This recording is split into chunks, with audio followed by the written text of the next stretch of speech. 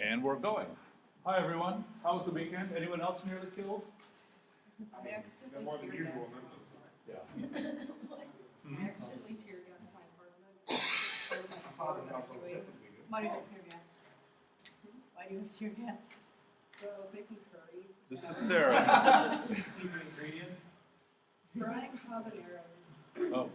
I added water, which immediately turned to steam. And Oh. aerated all of And- the capsaicin. Yeah. That could be wicked. Speaking of wicked. Something wicked, just like Holmes. So, okay, so the story so far is pretty neat and tidy. And it fits fairly neatly, at least in my mind, it's neat and tidy, and it fits fairly neatly into 3 phases, each of which we've given roughly a week.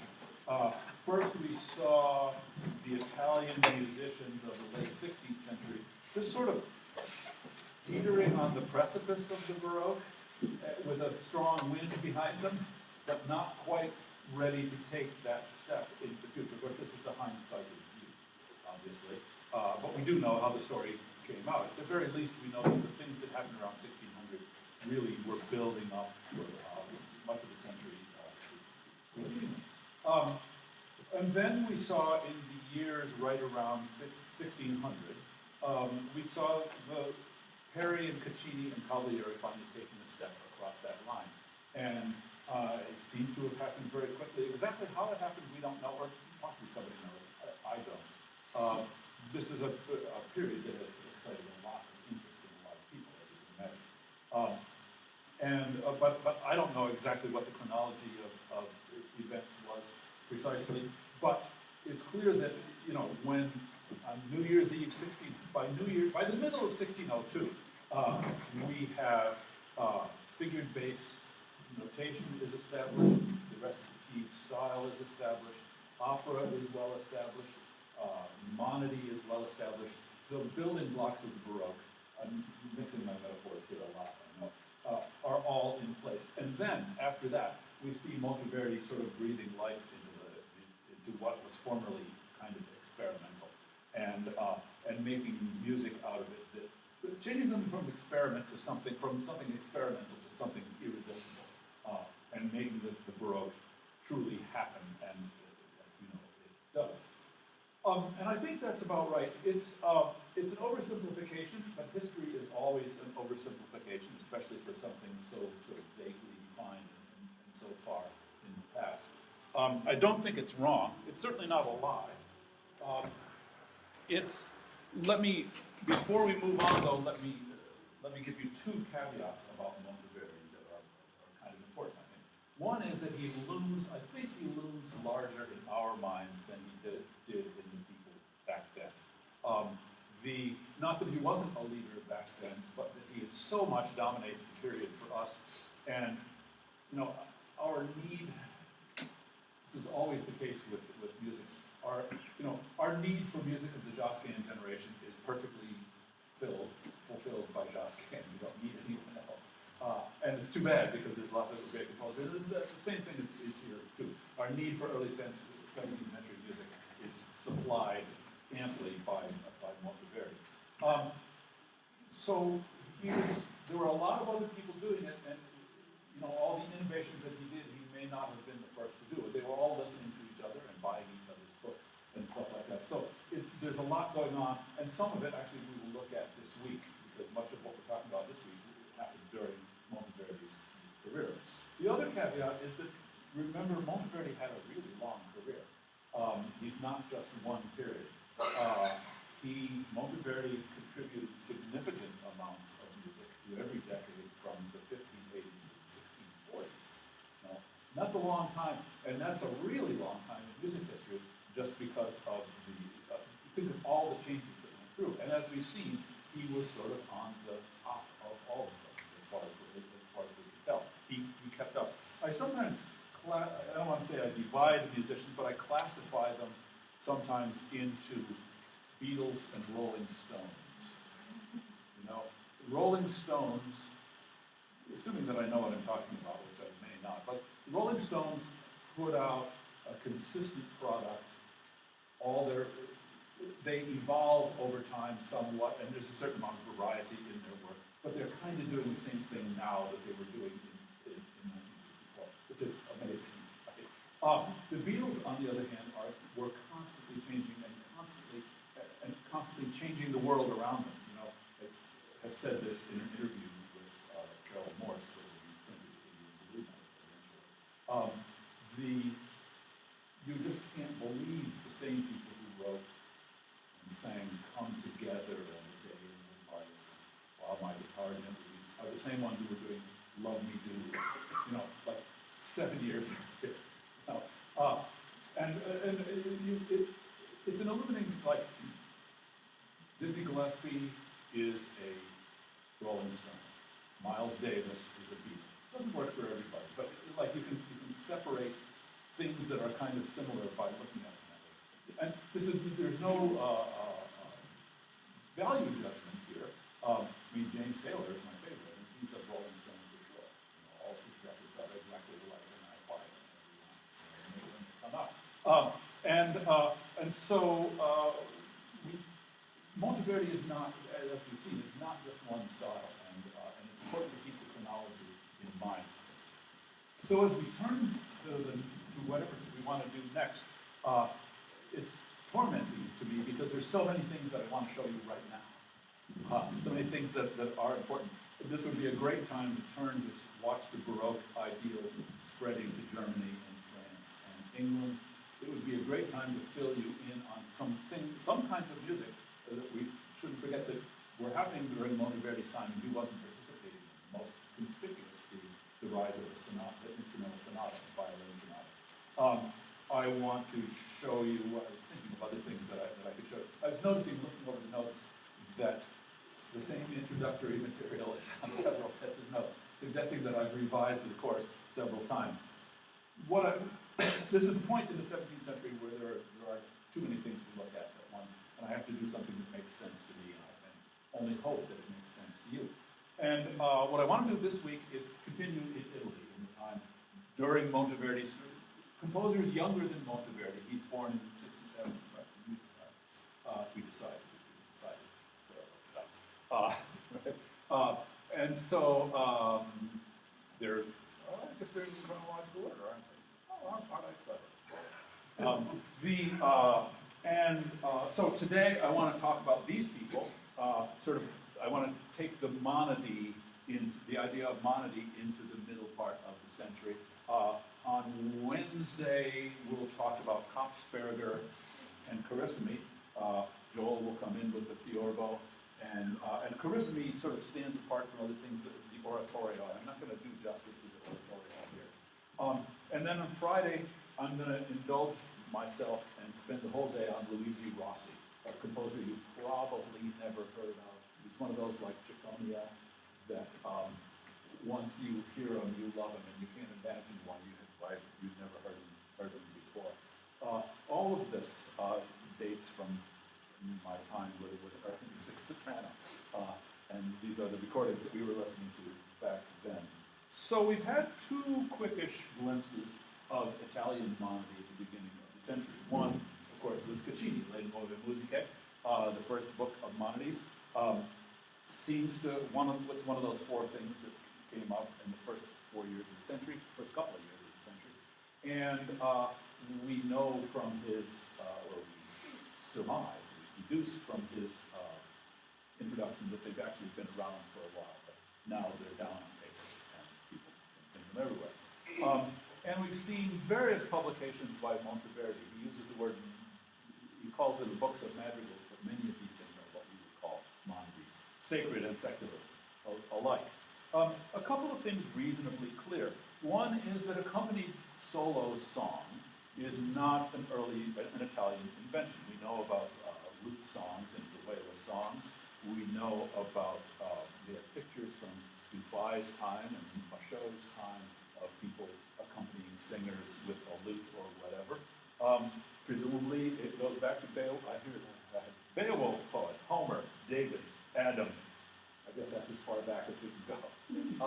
And I mean, accompanied solo songs, as long as there's going to be instruments, people are going to accompany singers. But the invention of figured bass really gives a powerful new notation, a powerful new technology for writing them down, and for writing them, for creating them, because you can now write it down. We know Caccini's monodies owed something to the ones that we saw, owed something to the recitative style of opera, but they're songier than a pure recitative. You know, we think of, as I think I said this the other day, we think of recitative and aria as the two classifications. Really, they're sort of poles that there's a good deal of space in between. Maybe they correspond better to the big C's, like tu sei morto, Orfeo's,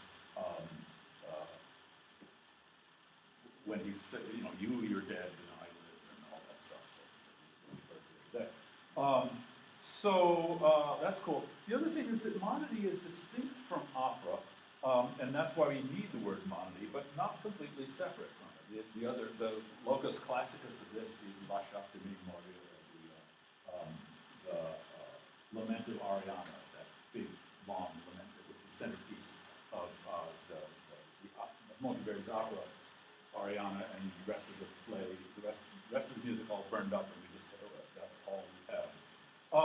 And so clearly these things are influencing each other, just the way popular music influences Broadway, and Broadway songs from Broadway get out into the popular sphere. It's and the people writing the operas have that in mind, probably, just as much as Lerner and Laud did. Okay. And we learned, I think, that monody began its life as a secular form. I don't think there are any sacred monodies in Caccini, but works its way into sacred music with Monteverdi, and they can be pretty zippy. You remember Exult Ophelia we heard on Friday. So this is the next generation, the next couple of generations, and I put them up on the board so that you could write them down ahead of time, and you wouldn't have to be writing them down while I was telling you something important. Have I succeeded? Excellent. So I'm not going to be especially systematic, although I am going to go in chronological order. Sigismondo d'India, 1580-ish to 1629. So let's see, well, 50-ish. I say just coming to be rediscovered again big time, but that was 30 years ago that I wrote this.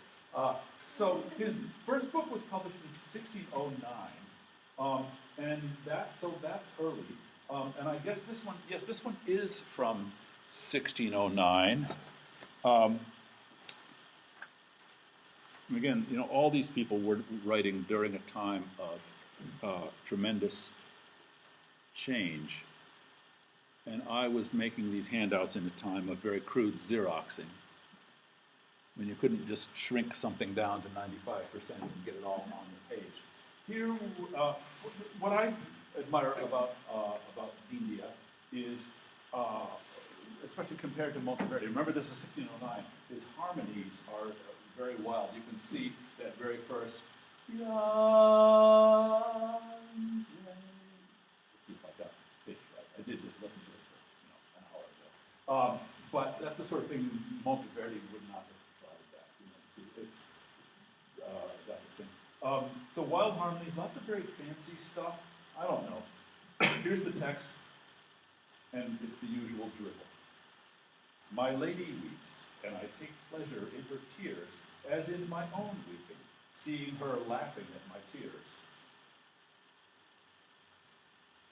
You who are given to weeping, do you never feel that sadness brings tenderness? Very fair question. I won't try to explore. All that we're listening to is Nigel Rodgers and Paul Odette. They put out a spectacular CD. Mona was Paul's GA at Eastman, yeah, and babysat for him. And apparently he's a swine at the moment. Oh God, that's going to be out on the internet. Hey, has someone in this class subscribed to me? No. I don't know, but someone, I got a subscription. Maybe it's one of you. A notice in my email that someone had subscribed to me. I kind of need to do that. Okay. Well, you could. I gave you the site, the web address for the playlist. So they're all there in rather cumbersome form. Okay, here we go. Can't find it. There we go.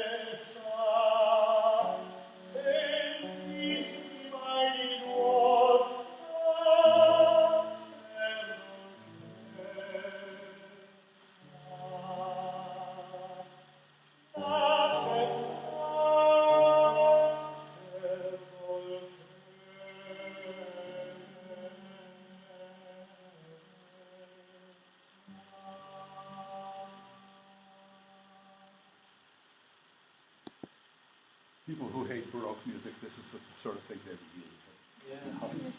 And I mean, you can see why. You can see why people afterward would talk about a lumpy pearl, something that's just too fancy to be beautiful. There's sort of nothing to it. It's been like 15 seconds, and you have no recollection of how it went. But fancy. I mean, you can see this is meant to be sensational. And so how old is he at this point? He's born in 1580, right? So he's a little under 30. And making a sensation. But this is, Monteverdi doesn't do anything like that. Here's something from his third book of 1618. And for this one, I have the original, but I'm not going to let you follow. I'm not going to make you follow along. I'm going to put the words in because you need to see how the words go. It's an echo piece. So it starts here, and the idea is the main singer is shouting out into the wilderness and shouting these questions, and the echo comes back. And what the echo says is both an echo, that is to say, the last syllable of the question, and an answer to the question. So, for instance, how was the bass so low? Low.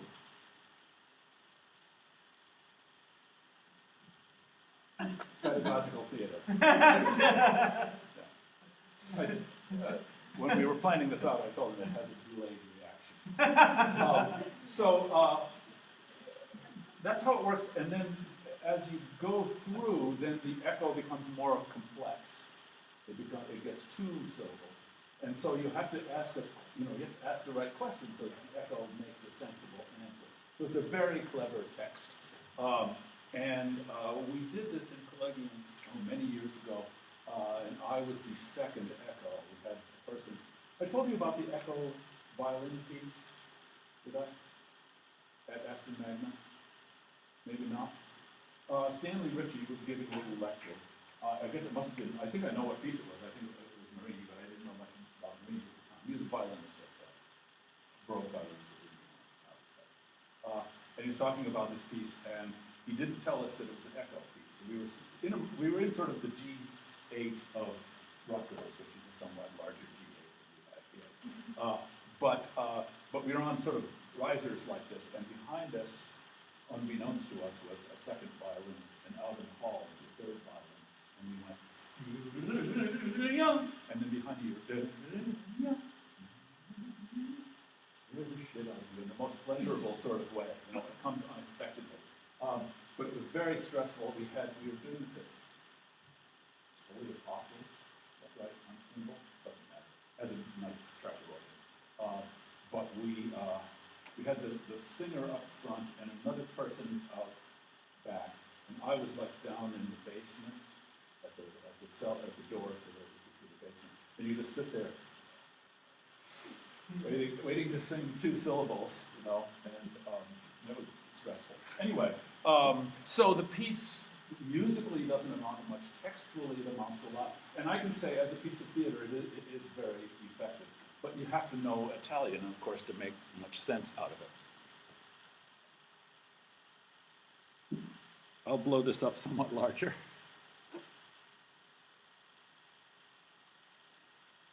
Maybe not quite that large. Oh, and so, right. So, right. This is better than I remember. So he says, jamai, and the echo says, my, I. Fondani, Ani. This isn't the way echoes actually work, but the echo is bigger than bird. Okay. Have I explained the Jesus out of this thing yet? Here we go.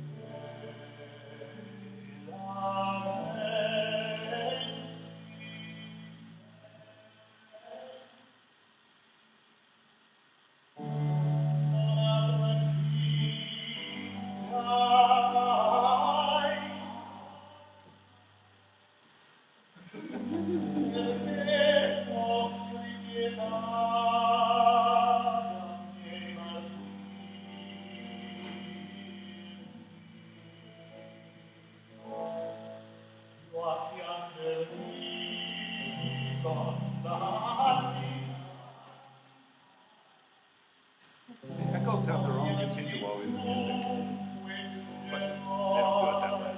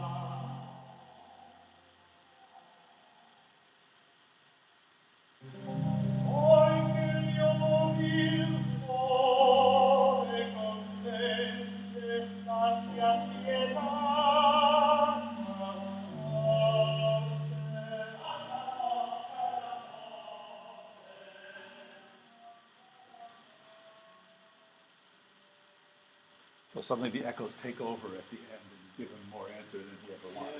Yeah. Not an answer out of Well, it's made up. It's not a true story. It's not about you. We can be pretty sure. He was not predicting your life. Okay, this is 1618. This is shortly after Monteverdi's Sixth Book of Madrigals, right? Not long after the 1610 Vespers. And you can see, at the very least, whether you ever want to listen to this one again. I enjoy it every 2 years. I don't play this one around the house. You can see that the monody is well enough established that they can mess with it. You know, they can take liberties with it. They can use it to do very advanced poetical, advanced in a stupid kind of way. Well, clever, let's say, poetical things. Lest you go away with a bad impression of Dindia. I really like, this is Nigel Rogers. He must be retired by now. I think he's still alive. He was at Aston Magnum when we were there, and he and Odette did a performance of this. You know, shortest it was about 150 degrees, and we were all just sweating and miserable. But it was great, but we were very glad for it to be over. At the time, I'm saying this Now my subscriber, unless it was you, is going to know this. He was the sort of the standard sort of tenor baritone. He was probably 60. Gosh, is that possible? Must have been. I need to look it up. But he had done the sort of the definitive Orfeo recording and stuff like that. But he looked like if Richard Burton really drank, you know. But his voice is the way is another version of the way I feel that I sounded my Bach. It just has so much sort of roughness to it. I love the way he sort of pushes the pitch up and down from where it's supposed to be for rhetorical effect. Anyway, he's good on this one. I don't have the music for this. It didn't occur to me to look it up on IMSLP. I couldn't find it when I did it before. But it's a strophic, and what do I have to say about it? Maybe his most famous. This is from Book 5 of 1623. So it's got two verses. The first six lines, calm breezes return, and the loquacious birds, sweet musicians of the woods, singing together, tune their songs to the sounds of the murmuring brook in concerted harmonious notes. Oh, yea. And then, I alone my heavy heart envelop, nay, buried beneath a dreadful grief, to the sound of sobs intone this sorrowful. For me, it will never cease. The water-heavy clouds, in which right, another verse. But so you have this happy stuff at the beginning, and then this sudden change of mood, and then this glorious little refrain, spring comes back. And he does that sort of little kind of vocal gesture of, I am through with this. This is the way singing ought to be done,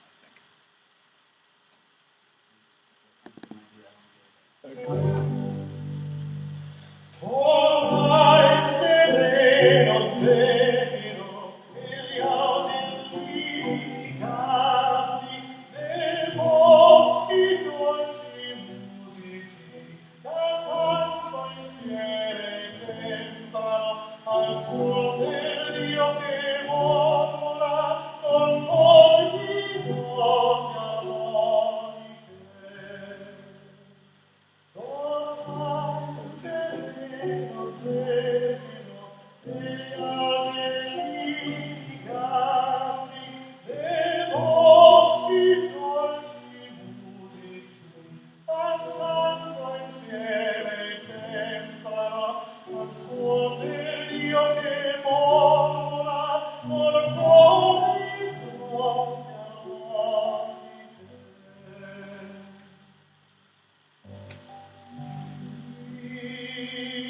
Io sono in coro il Cristo core, anzi sepolto in Cristo onore, al suon del piano in coro in Cristi mai. Primavera per me, non sarà mai. Primavera per me, non sarà mai.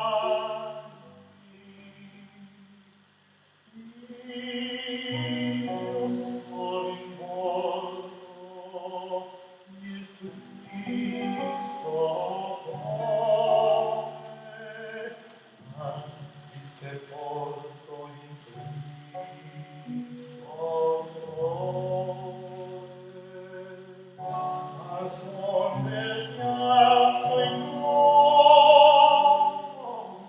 Cristi dai.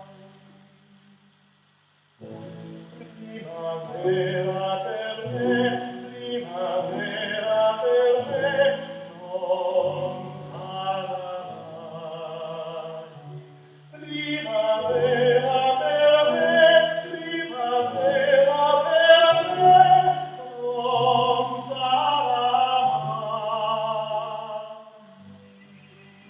won't play the second verse because I worry about running out of time, but you get the idea.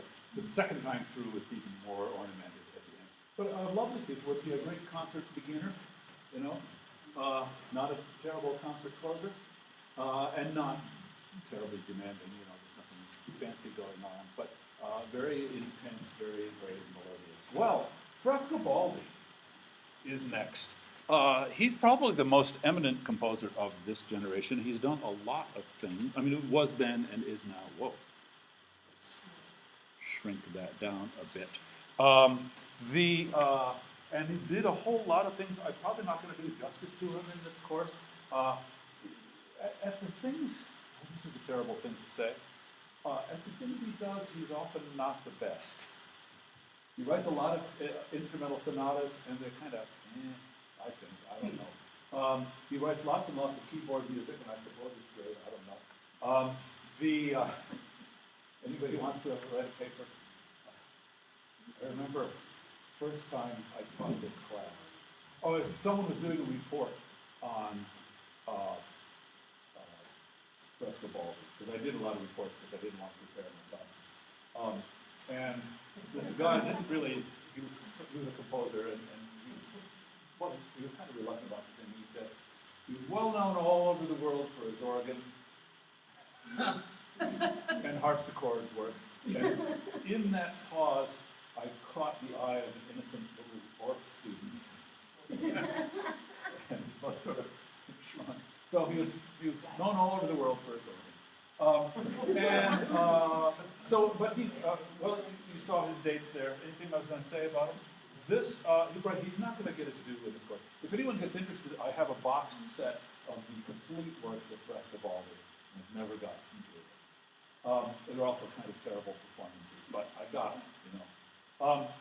This is a spiritual sonnet, okay? So it's a Maddalena alla Croce, Magdalene at the foot of the cross, Mary Magdalene at the foot of the cross, okay? So it's a sonnet, which is the classic 14th century Petrarchan love poem, but it's sacred in that it's Mary Magdalene talking about Jesus, and it's naughty because it's Mary Magdalene. So you've got a whole lot of different motifs going on here.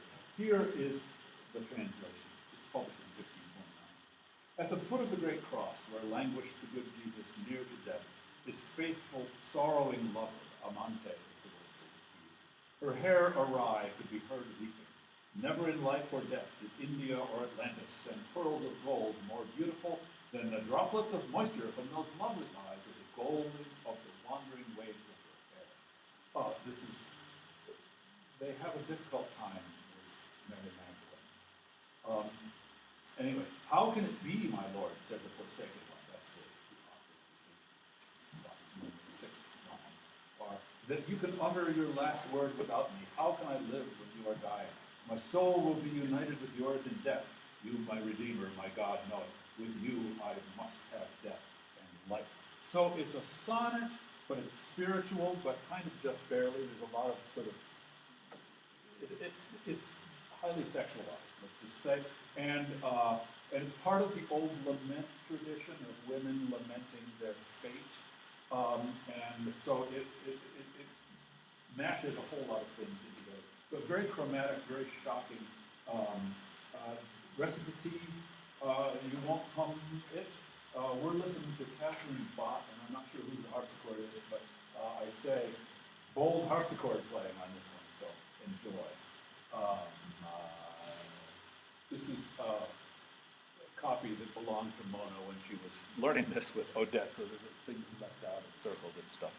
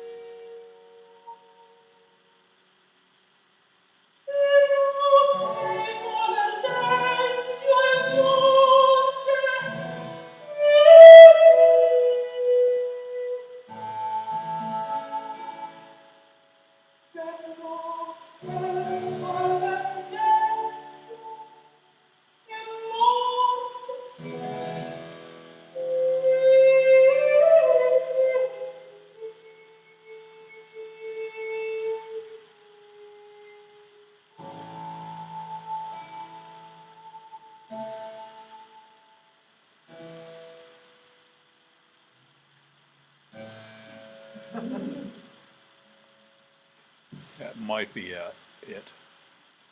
So another showstopper. Clearly, this is meant to make people admire your singing, and it would. I have.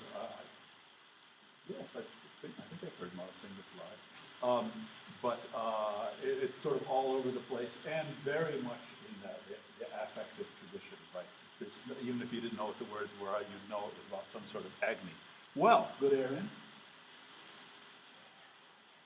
Good news, especially for Alex, this is a period, well, and for many of you, for everyone. This is a period when there are two important female composers. There haven't been many since Hildegard of Bingen. There have been nun composers and things like that, but composers who really sort of got out into the outside world and were published. And I will play both of them. Francesca Caccini is the first. She's the daughter of, well, they're both daughters of famous singers, actually. She's the daughter of Giulio Caccini. And her presence makes me like him a little bit better. The 1587 to 1641 probably sang in Paris El Redice. She was a famous singer in her own time, now being revived as a woman. And rightly so, if this piece is any indication, the original is printed on very thin paper and the microfilm is terrible. But you can follow along as best you can. She wrote, don't write this down, La liberazione di Ruggero dall'isola d'Altina in 1625, which was the liberation of Ruggero from the island of Altina. I don't know. It was performed in Warsaw 3 years later. It was the first Italian opera performed outside of Italy.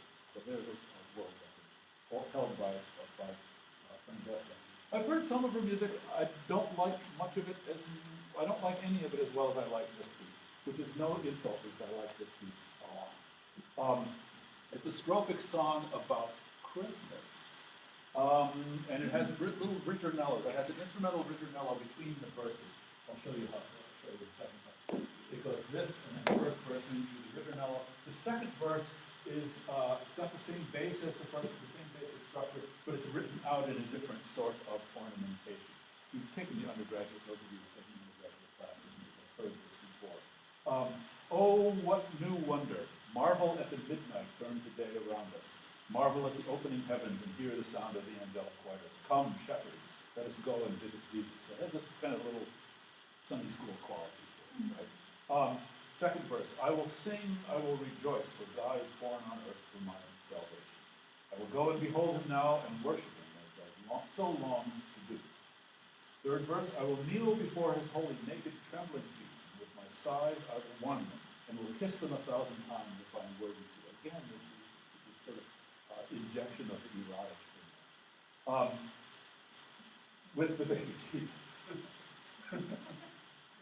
One of my former students went on to teach kindergarten or something, and she reported one year she got to her first Christmas presentation, and no one threw up on the baby Jesus. And that's now my standard for a successful performance. Sorry, I digress. To the Blessed Virgin I shall not to make her my advocate offer gold, but a naked and humble heart. Let us come visit Jesus who has been born. Sort of little drummer boy kind of situation, right? But a better song, certain thing can be imagined than Little Drummer Boy. This is Catherine Bach again with Philip Pickett playing the recorder on this. Mona and I have done this with me playing the recorder. Unfortunately, it wasn't recorded, but it's a mighty nice piece, I think. Oh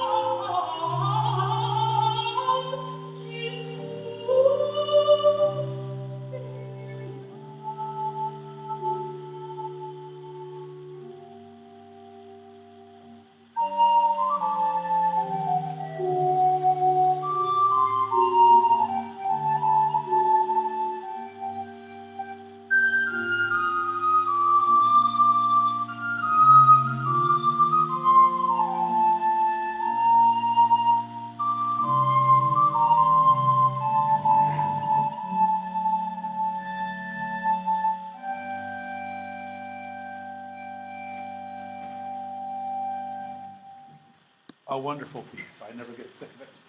We will let Barbara Strozzi go till Wednesday, and I will shortchange a male composer in her favor.